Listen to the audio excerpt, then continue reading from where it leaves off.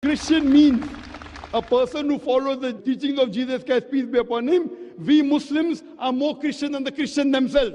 Jesus Christ, peace be upon him, according to the Gospel of John, he was circumcised on the 8th day. Brother, are you circumcised? No, I'm not. I'm circumcised.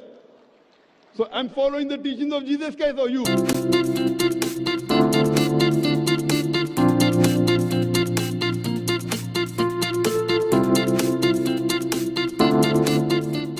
Gue menemukan banyak banget netizen yang mempertanyakan kenapa orang Kristen itu tidak memelihara hukum sunat. Sebagian besar di antara mereka adalah teman-teman Muslim yang kemudian membuli, menuding bahwa orang Kristen tidak melakukan apa yang diperintahkan oleh Yesus, yaitu sunat. Argumen semacam ini adalah argumen yang mungkin sekali menggiring opini bahwa agama yang benar adalah agama yang sampai sekarang masih mempraktikkan hukum sunat itu. Dan tentunya dalam hal ini diklaim oleh teman-teman kita yang Muslim. Nah, gue percaya bahwa argumen semacam ini pantas untuk kita bahas. Karena tidak sedikit orang Kristen yang akhirnya kebingungan ketika diperhadapkan dengan ayat-ayat Alkitab yang mengatakan tentang hukum sunat dan sebuah fakta bahwa memang Yesus itu disunat. Dan sedihnya adalah sebagian orang Kristen di antaranya adalah orang Kristen yang kemudian dibelokkan kepada ajaran Islam hanya karena Islam itu mengajarkan sunat. Jadi gini, gue pengen klarifikasi langsung ya, bahwa sunat itu bukan hanya eksklusif milik Islam. Yang paling ketat mempraktikkan hukum sunat tentunya adalah orang Yahudi. Bahkan ada orang Kristen juga yang disunat, jadi jangan lebaylah soal sunat. Nah, memulai pembahasan ini, gue mengajak teman-teman untuk menyimak video sebelumnya yang gue sudah bahas tentang hukum covenant. Di dalam video ini, gue menjelaskan bahwa kenapa orang Kristen tidak lagi berada di bawah hukum perjanjian lama. Nah, peraturan-peraturan tersebut harus dilihat dari perspektif covenant atau perjanjian. Jadi, hukum tersebut itu ditujukan supaya umat Israel itu hidup berbeda, memisahkan diri mereka dari bangsa-bangsa lain, yaitu bangsa-bangsa penyembah berhala. Jadi hukum sunat itu pertama kali diberikan sebagai perjanjian covenant antara Allah dengan Abraham. Di dalam Kejadian pasal 17 ayat 9-14 itu berisikan perintah Tuhan kepada Abraham sebagai bapa dari bangsa pilihan agar berbeda dengan bangsa lain di sekeliling mereka.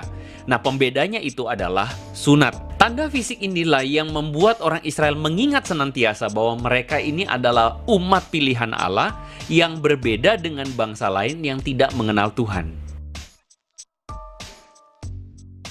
Masalahnya adalah banyak orang yang menekankan tanda lahiriah ini tetapi lupa apa yang seharusnya menjadi inti atau tujuan dari tanda sunat itu. Hukum Taurat menjelaskan kepada kita rupanya tanda lahiriah itu nggak cukup loh. Ulangan pasal 10 ayat 16 berkata begini, sebab itu sunatlah hatimu dan janganlah lagi kamu tegar tengkuk. Jadi jelas teman-teman bahwa sunat lahiriah saja itu tidak cukup. Harus ada yang namanya sunat hati. Mengapa demikian? Karena sunat fisik itu tidak menjamin seseorang itu akan berbuat atau hidup benar, betul nggak?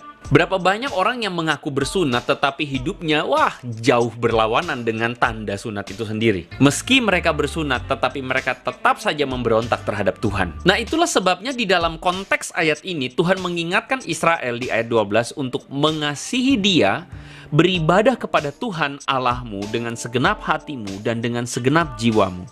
Jelas bahwa Tuhan ingin menekankan kepada Israel bahwa menjadi umat pilihan Tuhan itu mengharuskan mereka untuk bukan hanya memperhatikan hal lahiriah saja, tetapi juga mengkhususkan hati mereka untuk Tuhan, yaitu dengan segenap hati dan dengan segenap jiwa.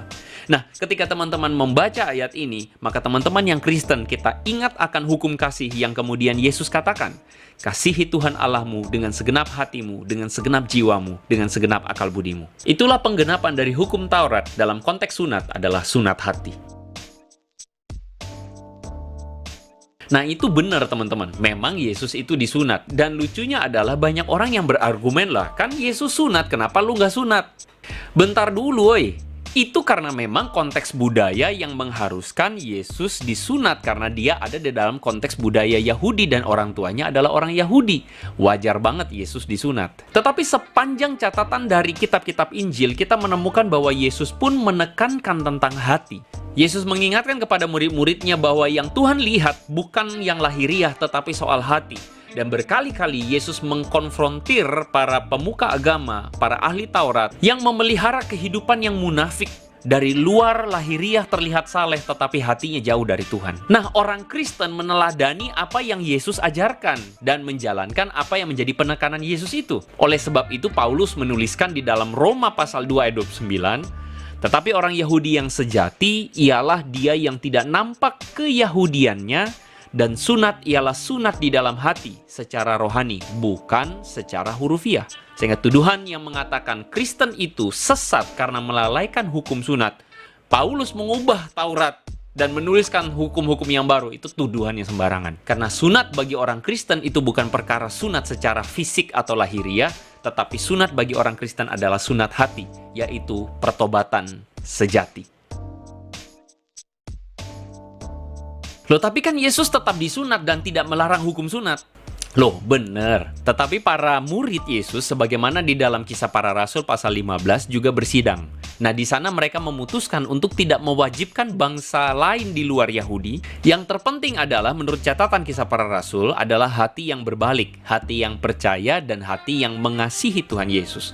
Itu adalah sunat rohani. Jadi tidak heran kalau kita melihat satu fenomena bahwa orang-orang Kristen itu bertambah. Bukan cuma dari bangsa Yahudi, tapi dari bangsa non-Yahudi yang sudah tidak lagi mewajibkan sunat secara fisik. Nah, tapi sekali lagi jangan salah, Paulus bukannya menghapuskan semuanya. Misalnya saja Paulus itu pernah menganjurkan kepada Timotius, muridnya, untuk disunat. Mengapa? Karena Paulus ingin supaya Timotius itu dapat diterima oleh komunitas Yahudi di dalam pemberitaan Injil. Jadi sunat itu sesuai konteks. Jadi dalam hal ini kita bisa melihat bahwa sunat bukan lagi sebuah perkara harus. Sunat yang terpenting adalah sunat hati. Nah, kita harus mengakui bahwa ada riset-riset tertentu yang menjelaskan kepada kita bahwa sunat itu baik buat kesehatan. Kalau gue sih secara pribadi setuju-setuju aja. Setelah membaca riset-riset itu, mempelajarinya, gue sih setuju. Jadi bagi gue, sunat itu sebenarnya adalah alasan kesehatan, tidak lebih. Tetapi kalau berbicara soal keimanan, yang penting itu adalah sunat hati, yakni membuang kehidupan dosa dan mengkhususkan diri untuk Tuhan. Tapi gue ngerti buat teman-teman muslim, kenapa mereka sulit sekali memikirkan kok orang Kristen itu tidak memelihara hukum, karena mereka diajarkan untuk hidup segala sesuatu ada hukumnya. Cuman bedanya dengan kita orang Kristen adalah kita hidup untuk mengasihi Tuhan. Kita melakukan kebaikan bukan supaya masuk surga, tetapi kita melakukan kebaikan karena kita sudah mendapatkan anugerah dari Tuhan. Jadi kalau ada orang yang terus menuding-nuding kita soal sunat, ya lebay aja lah. So, semoga video yang singkat ini boleh memberikan satu jawaban yang baik kepada setiap mereka yang menuding kita. Dan bagi setiap kita orang Kristen, kita boleh diingatkan agar kita boleh terus menyunat hati kita, agar hidup kita berkenan bagi Tuhan. So, make it simple, make it meaningful. May God bless you.